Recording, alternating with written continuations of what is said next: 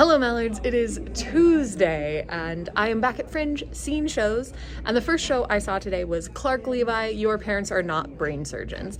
And the piece of art I have chosen is Anatomy of Healing Wounds by Kathryn Burkett. And it's just got this like very medical nature to it. It's more of a heart than a brain, but I like the mixed media of it all and the way that it's set up. And while the show, I would say, is actually less about the wound and surgery than it is about the trials and tribulations of parenthood, I thought that this art was still a good, solid choice. Now, this is Clark Levi's parents telling the story of the time that he had to have brain surgery. And although that is the like core start of the story, the actual expanded show is more about all of the things that go into becoming a parent, all of the things that you could mess up, all of the things that could go wrong, what it's like to raise a child, and how it really does take a village. And it is a heartwarming and incredibly personal piece. If you have children, which I do not, I think it will definitely resonate with you in unique ways. If you know Clark, it absolutely will resonate with you in wonderful ways. And it's just really nice to hear the story of two parents who care so much for their kid. And it will give you the warm fuzzies and a little bit of the sad tears. Links down there to the artist and the tickets. The second show I went to see was Absurd It Through the Grapevine, which is a Paul Strickland storytelling song, and I can't remember the other part, show. And the piece I picked is Primary Color Eruption by Robert Davis. I just picked this because I like the texture of the piece, the like cracked nature of it, and the explosion of colors, and because it feels like weirdly immediate and kind of frantic, and that's a little bit what this show is. This show does an interesting job of concentrating on the pauses and the stillness, while still needing to keep a somewhat frantic pace at times.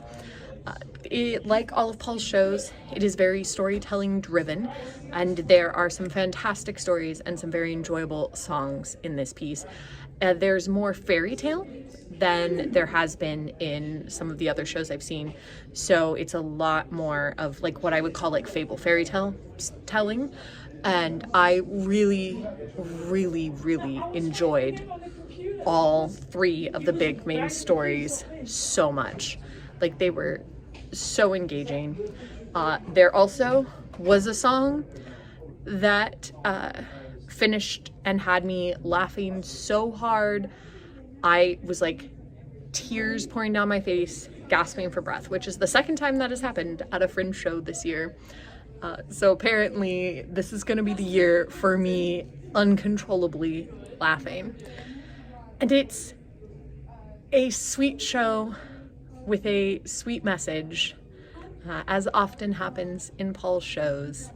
And I just feel like it has the kind of primary cheery energy that this piece does. There's a link down there to get your tickets. It's out at Savoy, and of course a link to the art. I just saw my last show. It was Juliet, a revenge comedy, and the piece of art I have chosen is Business with Icarus by Aleeza. Sheik. I love the colors in this. I also love the emotions. But it's got a lot of feminine energy, which is interesting for something that says Business with Icarus. I maybe don't know the Icarus story well enough to necessarily understand this art, but I picked it for the energy of these three ladies, because Juliet, a revenge comedy, I thought was maybe going to be a one-person show, And it is not. It is a 3-person operation, but it is one girl playing Juliet and one woman playing Lady McBee and Ophelia and Miranda and Cleopatra. And then various other characters across from Juliet, like the nurse and Romeo. And I just feel like this has Lady M energy. This would be, in this case, Ophelia and our Juliet.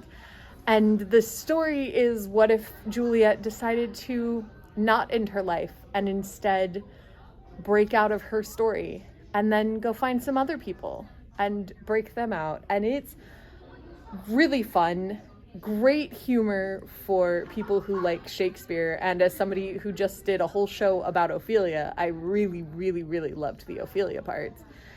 And it's just a blast and incredible performances. The performer who plays all of the other female characters, like the way that she shifts so well from character to character and remembers where they are in space, and they have very different physicalities, accents, ways of standing and moving. It's so cool. There's this one point where 3 of the characters she's playing are like holding somebody, and so she keeps rotating down the third performer's body, playing the different characters, and it's just so slick. I was very impressed with her ability to just like boom, boom, boom, boom, boom, back and forth between the characters, shifting and changing, and it was just fun. And I love a show where Ophelia complains about how she doesn't have any lines and all of the good ones go to Hamlet, because wow, that's very true. And also the fact that she goes crazy for no reason. I have a strong connection to Ophelia because of our show. And so this might have been Juliet, a revenge comedy. But for me, it was a large part about Ophelia. And so you can get a link down there to get tickets to the show. You should absolutely check it out. If you are a Shakespeare person, I can guarantee you will enjoy this. So links to tickets, links to the art, and I will see you tomorrow.